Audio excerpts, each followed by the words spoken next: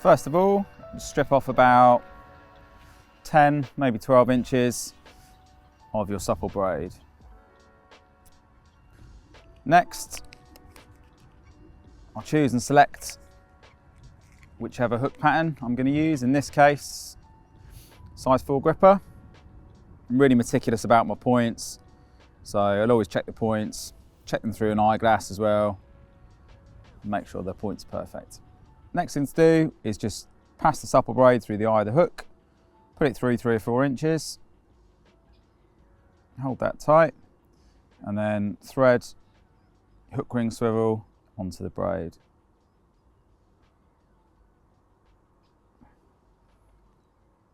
Then pass the braid around the shank of the hook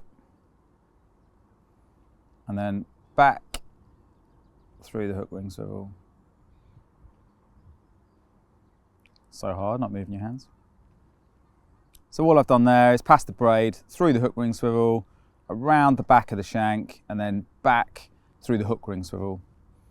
And then by pulling the tag end, bring that down,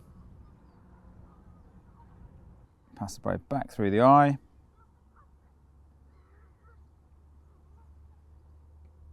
and then now just need to pull them both down until that's just sitting opposite the barb of the hook. Making sure that they're sitting flat and flush and not crossed over, which they are currently. So just pop that the other side. There you go, so it sits like that. So now it's just a really simple case of finishing the slip D with a knotless knot. So 4 turns round, nice and tight, making sure you don't cross the actual D loops.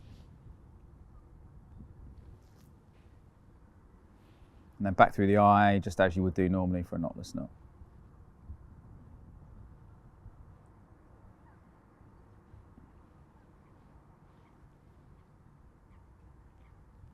Tighten that down, just make sure that's aligned on the back of the shank.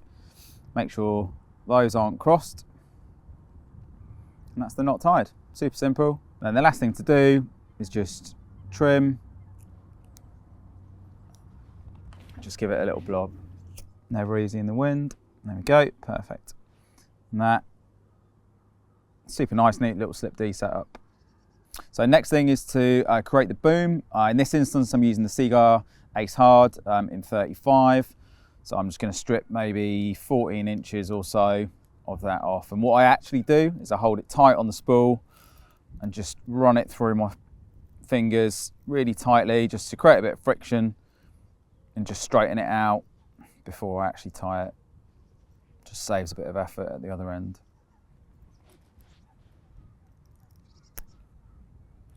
Trim that off. So once you've trimmed it, just at the point you're going to create the Albright knot, just create and pinch a little tight loop in the boom section. Then take the braid section that your hook's tied to, pass that through, bring your hook all the way up. And this is the one bit I think where a lot of people get it wrong. And it means that they can't tie the braid section as short as I do. So if you actually pass that loop onto the hook by maybe 5 mil or so, pinch it tightly there. And then, so from this point, I have to use my mouth really. So holding both bits of that tight. 1, 2, 3, 4, 5, 6, 7. And then I'm going to go back down over the knot 5 times. So using my other finger, 1, 2, 3, 4, 5. So I've gone up 7, back 5. And then I'm going to pass the tag end back through the loop in the fluorocarbon.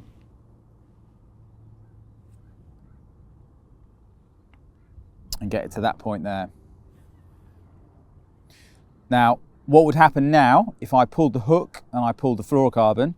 The knot would stretch out and you'd probably end up with a big kind of, you know, maybe an inch long section of braid, which is longer than I want it. So keeping the tag end slightly tight and using my fingernail to slide the knot back towards the hook is the way to keep it short.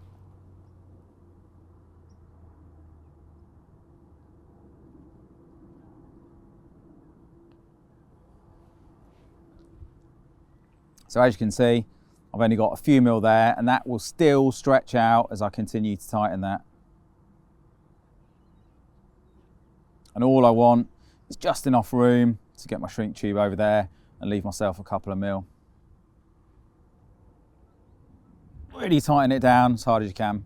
Last thing to do then, just trim the tag ends. It's an incredibly strong knot, the Albright. I think it's about as close to 100% knot strength as you can get. And it really doesn't slip as well. So you can trim the tags really tight. You can go right in, trim the fluorocarbon just at a little bit of an angle, keep the tag as short as you can. And then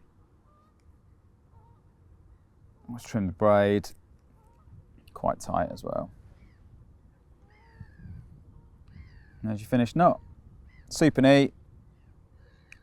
And you can dictate the height of your pop-up by how long you tie this bit of braid as well. If you did want to fish it as a higher pop-up, you can tie that a little bit longer, and if you wanted, you can go a little bit shorter than that still, but that leaves just about enough room for the shrink tube, so that's perfect, and that's how I usually fish it.